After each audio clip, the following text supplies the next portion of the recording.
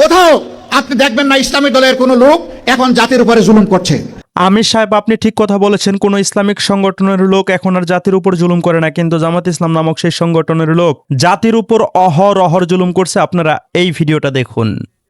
তার সাথে মূলত আরে জামাতের আমিরের আসনে ঠিক আছে, তুই তোর তোর কার সাথে মূলত রাজনীতি করিস? কার সাথে? জামাতের সাথে। তোর ইউনিটের সভাপতি কে?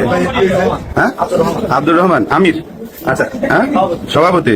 আচ্ছা। প্রাণপ্রিয় ভাই ও বন্ধুরা, আপনারা হয়তো স্পষ্টভাবেই বুঝতে পেরেছেন এই ছেলেটি জামাত ইসলাম নামক সেই সংগঠনের সাথে জড়িত আছে। সে এমন একটা কাজ করেছে, মোবাইল চুরি করেছে। এটা কি মানুষের উপর জুলুম নয়? আসুন এটাও প্রমাণ দেখা যাক। সে সত্যি সত্যি শুধুই কি মোবাইল চুরি করেছে, নাকি সাথে আরো অন্য কোনো কিছু চুরি করেছে? ফোন চুরি করছি সরাদ্দি হসপিটাল থেকে। তারপরে হচ্ছে আর কি কানের দুল আর হচ্ছে চেন।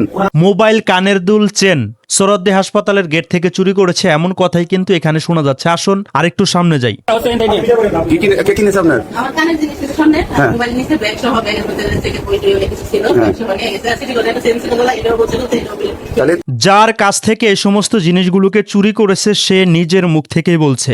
মোবাইল, স্বর্ণের কানের দুল, এমনকি গলার মধ্যে একটি সিটি কোলের চেন ছিল, সেটাকেও চুরি করে নিয়েছে। যার কাছ থেকে চুরি করে নিয়েছে সে কিন্তু এই অভিযোগটা এখানে তুলে ধরেছে। জামাতের রাজনীতি করে তুই জামাতের একজন কি? ভাই এইগুলো পেছাই না। হ্যাঁ,